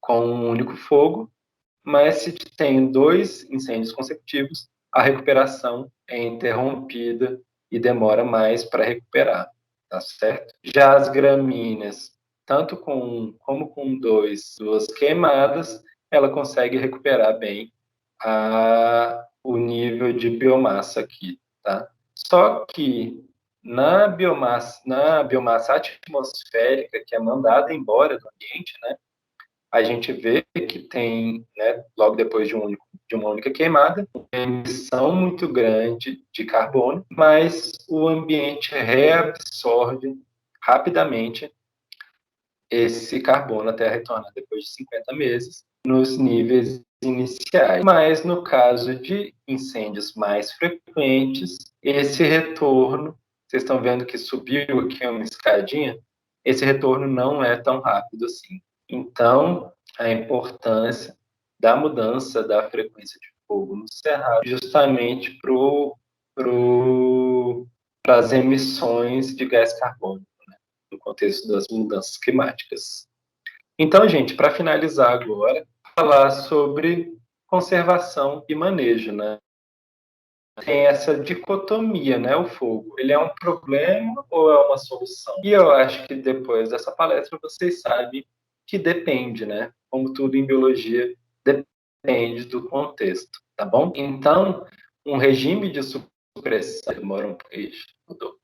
Regime de supressão, ele é importantíssimo em vegetações florestais, certo? Então, na Amazônia, na Mata Atlântica, a gente precisa impedir a todo custo que exista um incêndio ali. A mesma coisa vale aqui no Cerrado para os cerradões e matas ripárias. Elas são bastante sensíveis, não tanto quanto as florestas, mas ainda assim são bastante sensíveis, mesmo a uma passagem de fogo só. E no Cerrado, pessoal?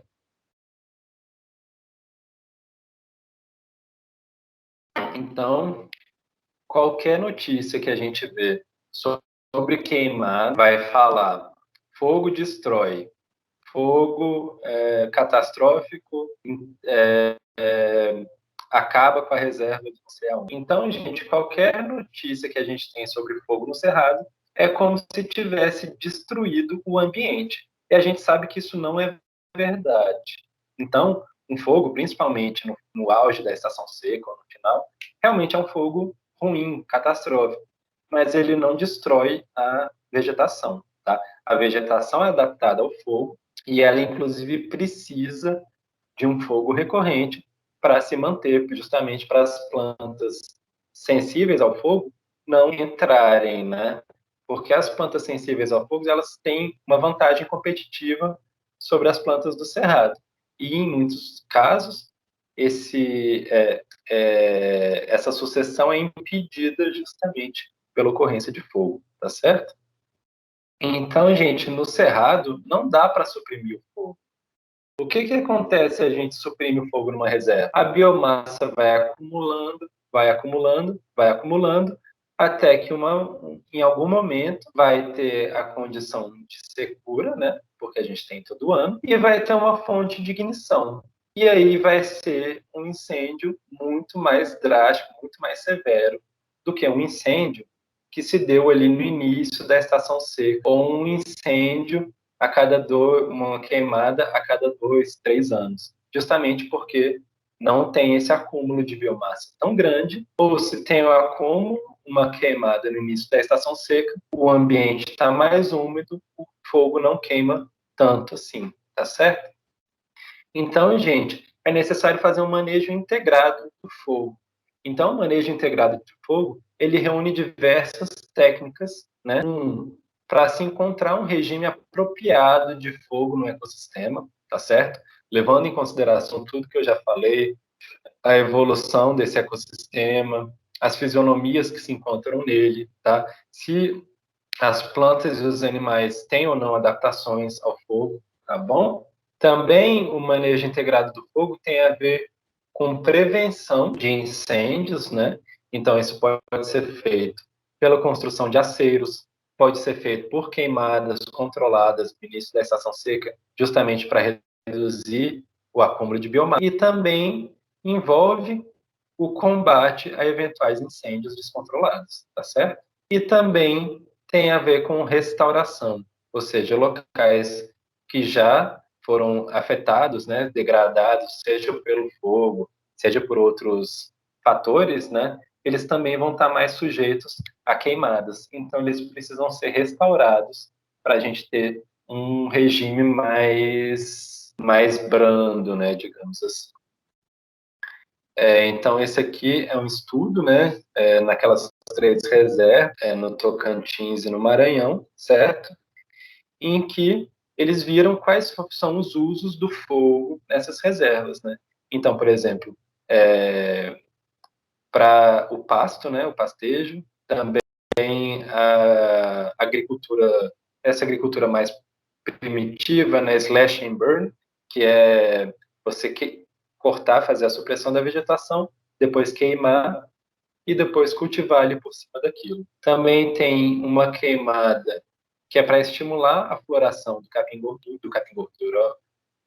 dourado, que é muito importante lá na região, né, do Jalapão, ou também para criar os aceiros, né, que são faixas em que você consome a vegetação ali com fogo e não vai ter biomassa para caso um incêndio chegue, ele não vai conseguir passar por aquela faixa, porque aquela faixa já não tem mais biomassa para dar continuidade ao fogo. Então, a gente vê aqui nessas setas, quando foram implementadas nessas 3 reservas, o manejo integrado do fogo. Então, em preto, são as queimadas tardias, ou seja, no final da estação seca, e em cinza, as queimadas no início da estação seca. Então, a gente vê que, embora a porcentagem de área queimada não tenha variado tanto, apesar das variações anuais, né, a gente vê que a proporção de queimadas no início da estação seca aumentaram com a implementação dessas técnicas do manejo integrado do fogo. Então, está sendo muito importante esse trabalho lá, justamente para evitar essas queimadas mais danosas que se dão no final da estação seca. Então, gente, finalizando já, uma das coisas que a gente também pode pensar na questão do manejo é de manter uma pirodiversidade. O que é pirodiversidade? É justamente uma diversidade de regimes de fogo, de históricos de fogo em um determinado local. E por causa das diferenças de ambientais, né, que esses históricos de fogo vão ter, né, vão criar condições ambientais distintas e acabam que vão sustentar uma biodiversidade maior, né? Voltando lá na ideia do Cônigo, de que diferentes espécies têm requisitos diferentes, então se a gente aumenta a diversidade de ambientes, a gente também vai aumentar a diversidade geral. Então, pensando nessa área aqui, por exemplo, a gente poderia ter uma área controle, que não queima há mais de 20 anos, uma área que queima a cada 4 anos, outra área que queima a cada 2 anos, e uma área que queima todo ano, né? Então, criando justamente esse mosaico de históricos de fogo em um mesmo local. Ou a gente também poderia criar essa variação no histórico de fogo relacionada à estação de queima, à época de queima, né? Início da seca, auge da seca, fim da seca, ou também aqui uma área controle, né? E aí, o meu trabalho de mestrado, que eu já mostrei para vocês, né? Ele justamente tentou resgatar essa ideia da biodiversidade, porque depois que ela que ela surgiu, ela começou a ser implantada com bastante frequência na África do Sul e na Austrália, que são locais que têm savana, né? São ambientes dependentes do fogo e que lá eles não têm essa política engessada de supressão de fogo que a gente tem aqui no Brasil. Lá eles começaram a implementar as queimadas controladas nas suas reservas. E aí logo surgiu esse paradigma da biodiversidade, ou seja, a gente realmente precisa criar um mosaico de históricos de fogo para maximizar a biodiversidade do local. E aí, depois de uns anos, vieram estudos que viram que, na realidade, não é bem assim. Então, a gente pode ver aqui que a composição de espécies entre diferentes tipos de regime de fogo não varia muito, né? Tanto em relação aqui ao período de queima, quanto em relação à frequência de queima. Então, o que eles viram, na realidade, é que basta você ter áreas queimadas e áreas não queimadas para você ter a criação desse mosaico que vai permitir que mais espécies coexistam, né? E aí, o que eu vi aqui no meu trabalho no Cerrado, e que depois isso teve uma evidência a mais, é que para o nosso contexto, talvez realmente seja verdade. Como eu mostrei aqui na figura, né? A composição de espécies, ela varia entre regimes de fogo, mesmo que sejam diferenças pequenas no regime, né? A gente já tem um efeito na composição. E aí, esse estudo aqui, nas savanas da África, né, ele viu que a biodiversidade depende da umidade, ou seja, savanas mais úmidas tendem a ter uma diversidade maior em locais mais biodiversos, enquanto que em savanas mais secas, isso não é tão importante, como é o caso do trabalho que eu mostrei anteriormente, que era justamente numa savana sul-africana mais seca. E aí, no Cerrado, né, a gente tem uma maior importância dessa biodiversidade. E por quê, gente? Provavelmente isso tem a ver com a história evolutiva das nossas savanas em comparação com as savanas africanas e australianas, né? Lá, a fauna de formigas dessas savanas, elas evoluíram em condições de aridez, certo? Então, as linhagens que ocorrem lá, elas já são linhagens adaptadas à secura. Então, elas não se afetam tanto com essa diferença de cobertura vegetal, por exemplo. Enquanto que as formigas do cerrado, elas têm uma origem nas florestas neotropicais, né? Então, muitas linhagens, elas têm esse pezinho nas florestas mais úmidas. Então, provavelmente, a nossa fauna, ela tem mais sensibilidade a pequenas variações no regime de fogo, comparado com outras savanas, que a fauna evoluiu de uma forma geral em ambientes mais áridos, tá certo? Então, gente, para concluir, né, o fogo é uma excelente ferramenta de manejo de paisagens, né? Então, não só pensando em conservação de recursos, né, em unidades de conservação, mas também na agricultura, na pecuária, ela sempre foi usada e vai continuar sendo usada, porque realmente é uma ferramenta muito útil. O custo é quase nada, se basta, sei lá, acender um fósforo, né? E você pode, dependendo de como que você faz, ter resultados muito bons, né? Mas você também pode ter resultados muito danosos se você não sabe o que você está fazendo. Então, fogo, o uso do fogo, ele depende muito do contexto. Ele precisa ser utilizado no contexto certo, com um objetivo claro, certo? E num ambiente que vai conseguir se recuperar desse impacto, tá? Então, no caso específico do manejo de unidades de conservação, o fogo pode ser muito importante. Por exemplo, se for uma reserva de cerrado, a gente vai precisar colocar o fogo com uma certa frequência para manter aquela vegetação. Se tirar totalmente o fogo e você conseguir uma supressão completa, o que é muito difícil, inclusive, mas você pode conseguir, você vai acabar causando um outro impacto, que vai ser o adensamento lenhoso e a modificação desse ambiente que é tipicamente aberto. Por outro lado, se você cria aceiros, você cria faixas de vegetação que queimam com uma frequência alta, você vai evitar que um fogo descontrolado se alastre para uma área que tem vegetação sensível ao fogo, né? Então, pensando no contexto do cerrado, né? A gente tem as matas de galeria, a gente tem um cerradão. Então, seria muito interessante fazer zonas tampão em volta dessas áreas, dessas vegetações florestais, em que a gente queima com mais frequência para consumir o combustível e, no caso de um incêndio descontrolado, quando ele chegar naquela zona tampão, ele vai naturalmente se apagar, porque não tem combustível.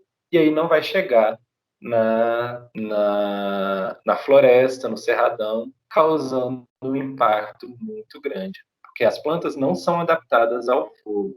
Então, mesmo um evento de fogo pode ser catastrófico, pode simplesmente acabar com uma floresta e não ter como voltar para a condição inicial, tá? Então, o fogo, ele foi regulamentado em Minas Gerais ano passado. Então, a gente está começando a mudar essa visão muito negativa de que o fogo destrói. O fogo é uma ferramenta muito importante no manejo e é um elemento fundamental no cerrado. Então, a gente precisa dele, a gente não pode só achar que a gente vai tirar ele e vai ficar tudo bem. A gente precisa entender como ele funciona e saber utilizá-lo, tá certo?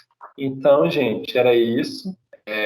Agradeço pela atenção e eu acho que eu excedi um pouco o tempo. Não sei se vai ter muito tempo para perguntas. Rafael?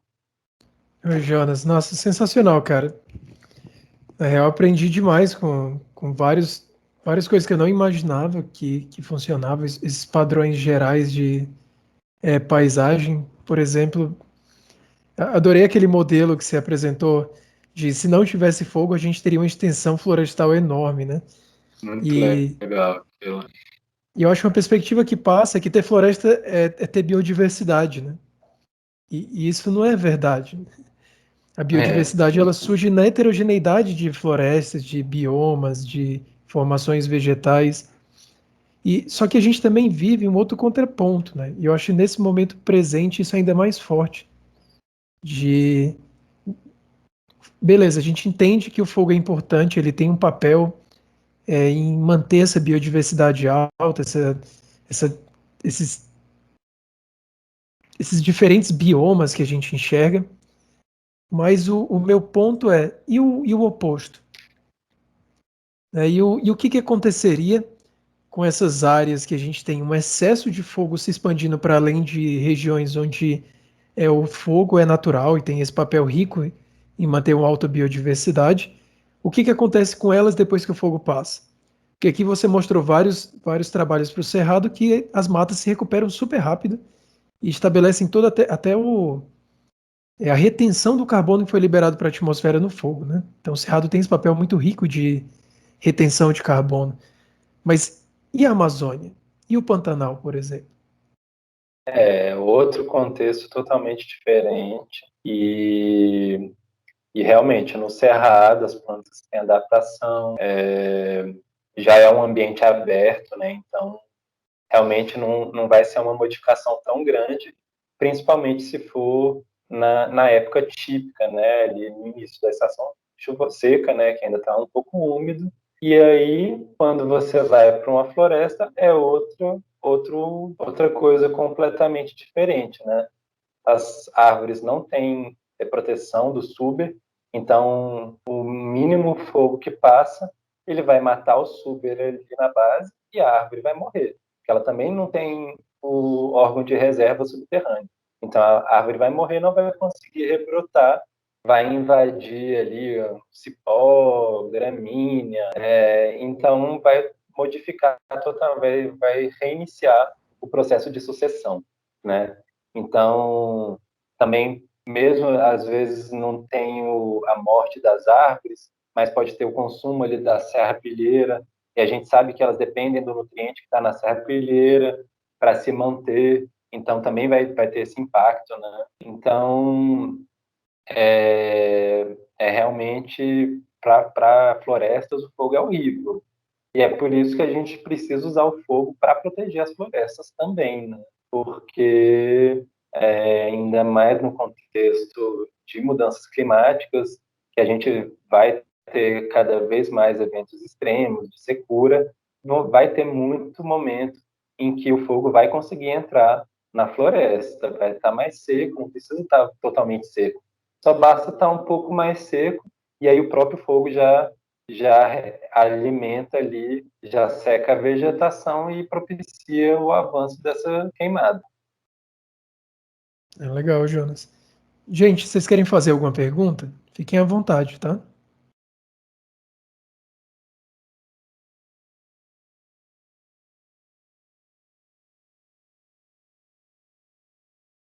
Enquanto se o pessoal pensar aí, Jonas, eu fico com mais essa na cabeça, né? A gente viu vários casos de funcionários de ONG no Pantanal, especialmente, fazendo essas regiões tampão, né? De queimar. Isso. E aí vieram declarações absurdas de dizer que eles Fake estavam news. atirando esse fogo criminoso. Então foi muito legal você falar dessa função de proteger as florestas, queimando as regiões do entorno, para impedir É. Eu que falei o fogo só chegue, né? da questão dos aceros, né, de você consumir a biomassa antes do fogo descontrolado consumir, né, mas tem o contrafogo também, que é outra técnica, que é, você está tendo a linha de fogo aqui que está avançando descontroladamente, e aí você começa do outro lado ali, você começa uma outra linha de fogo oposta, e essas duas linhas de fogo vão se encontrar, e aí vai acabar o combustível, né? E aí o fogo sozinho ele se apaga. Então essa também é uma técnica muito importante Legal. para combater os incêndios. Só que é isso, alguém vai tirar uma foto de um cara lá com a roupa de brigadista tacando fogo na vegetação, aí vem um ser acéfalo e fala que são as ONGs que estão colocando fogo lá. Então é isso, gente. A gente tem que ter informação para combater essa desinformação aí, né, que tá aí. Sensacional, Jonas. Te agradeço demais por tirar um tempo para trazer essas informações tão ricas para a gente e vai ajudar muito, não só para eu aprender muito, mas os alunos também. Muito obrigado, Espero que cara. vocês tenham gostado. Eu que agradeço pelo convite, Rafael, e uma boa noite aí para a turma. Espero que vocês tenham gostado, gente. Foi massa, gente. Boa noite. Valeu, Jonas. Boa noite. Falou, boa noite.